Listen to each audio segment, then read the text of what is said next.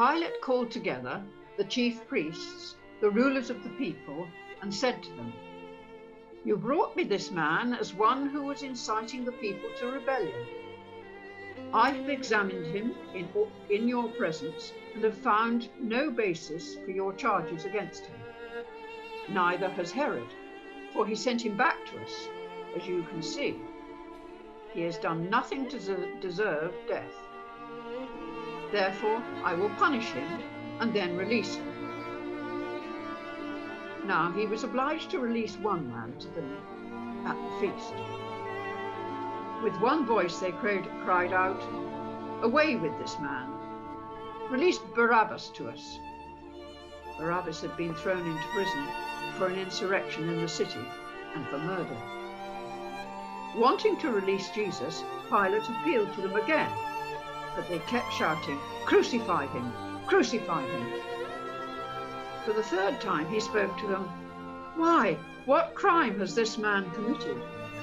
I have found in him no grounds for the death penalty. Therefore I will have him punished and then release him." But with loud shouts they insistently demanded that he be crucified, and their shouts prevailed.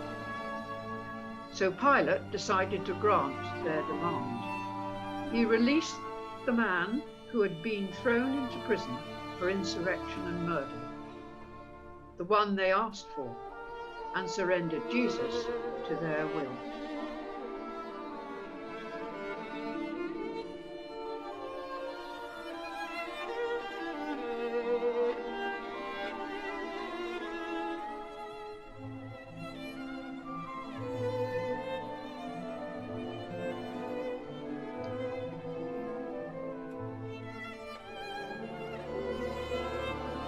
The men who were guarding Jesus began mocking and beating him. They blindfolded him and demanded, "Prophesy, who hit you?"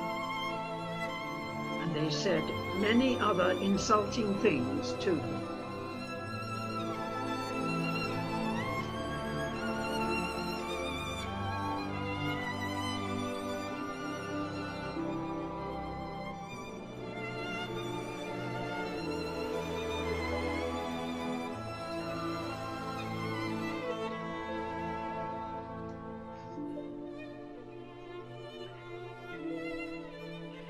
The soldiers twisted together a crown of thorns and put it on his head. They clothed him in a purple robe and went up to him again and again, saying, "Hail, King of the Jews!" And they struck him in the face.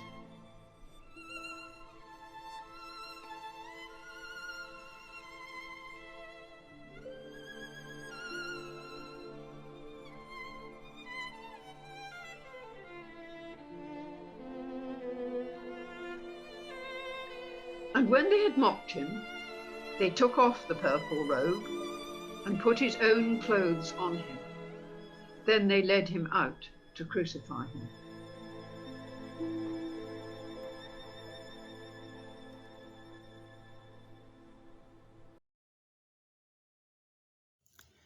Hi, everybody. My name is Bruce Garrison. First of all, let me extend my warmest greetings to all my many friends at Charles Street and to the people of the house group that I was able to be part of for several years. It's hard to believe my son Josiah and I were talking that it's almost 14 years since we left England to return to the United States. But believe me when I tell you that I miss England and many of you frequently. And so I appreciate Nigel making the invitation for me to be part of this. This week I know we're thinking about journeys, and a lot of times we think of journey as an A to B trip, sometimes a straight line, hopefully. But as even some of the classic road trip movies like Planes, Trains, and Automobiles, or Rain Man, or National Lampoon's Vacation, or that timeless classic A Sure Thing reminds us, very rarely do things go as we plan on these journeys that we take in life. I want to reflect for just a couple minutes on a story that we find in the timeless classic, Winnie the Pooh. There's a situation where Pooh, Piglet, and Rabbit have decided they want to untigger Tigger, and so they take him up into the higher reaches of 100-acre wood and do their best to lose him. However, in the process, they find that they themselves have gotten lost. As Rabbit reflects, they have somehow lost their way. And we find them sitting in a sand pit, and it seems that they keep going past the sand pit over and over, so much so that Pooh has become convinced that the sand pit might actually be following them. So as they're sitting there and they're wondering what they should do, Pooh makes the recommendation that maybe they should look for the sand pit, and then maybe they'll find home, because every time they look for home, they seem to be finding the sand pit. No matter what direction they go, no matter where they take off for, they end up back there.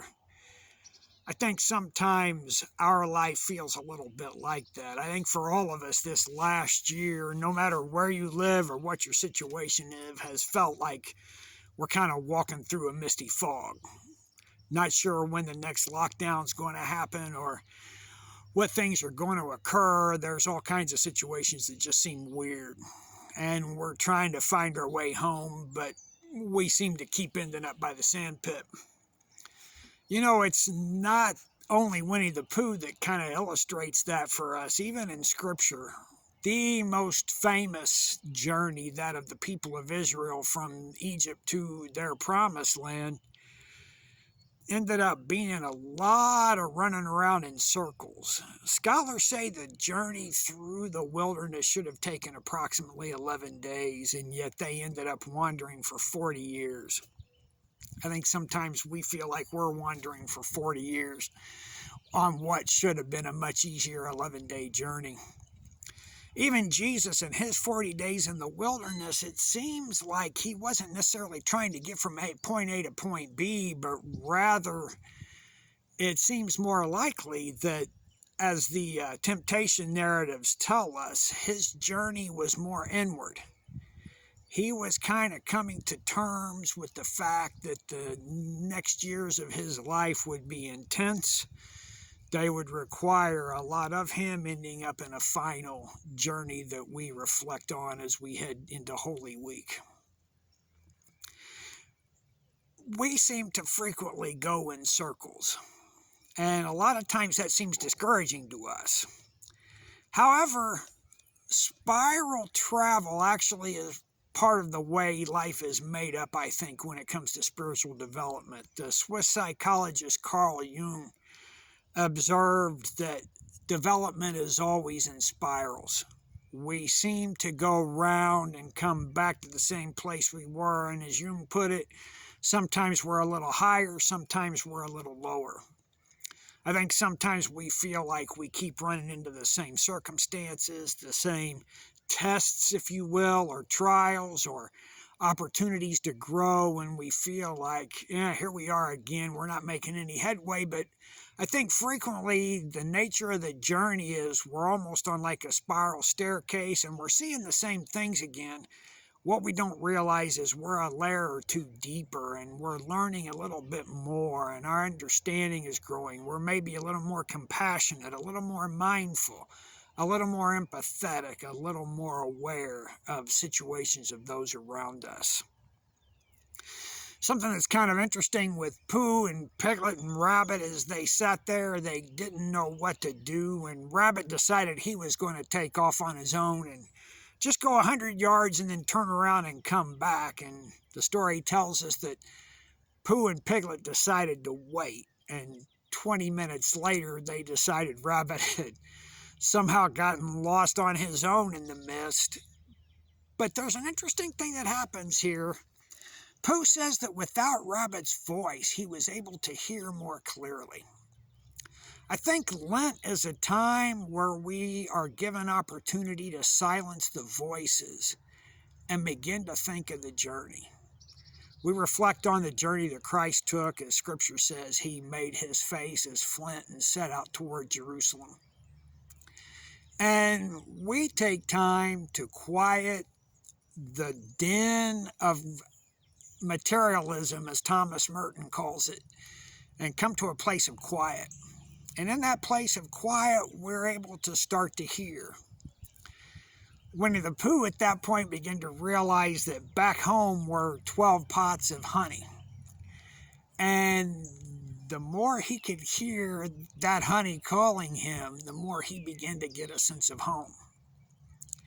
I think throughout this week, we all begin to hear, if we take the time to listen, that call to something greater than ourselves, to this remarkable work that has occurred, the life, the death, the resurrection of Christ, all culminating in this final glorious moment. And it's in that moment that we're able to start considering where home is. I have a spiritual director. She's a 75-year-old Franciscan nun, and I was talking to her about this, and she suggested that perhaps Winnie the Pooh's honey pots are in fact the Eucharist for us that we celebrate on Easter morning. And I think that this is probably the nature of what our journey through life is like. It doesn't go very smoothly. There are lots of hiccups, lots of diversions and twists and turns that we never expected, some of our own making and some of them not. But when we quiet our voice, when we quiet the voices in our heads, when we stop and just listen, we begin to hear the call to home, to that place where there is wholeness, where there is acceptance, where there is the fullness of love and forgiveness, all that is encapsulated in the Easter moment, where Christ conquers death, he is resurrected, and we walk into the fullness of that life. Do we come round and round in circles, as Billy Preston would say? Yeah, I think we do. It's a long and winding road, as Paul McCartney would tell us, but ultimately that journey is forever calling us to find our way home, which in fact Pooh and Piglet did, because they had taken that moment to listen. And during this Holy Week, I encourage you, find a few moments to hear, to listen, and find your way on that journey home, whatever that may feel like for you at this time.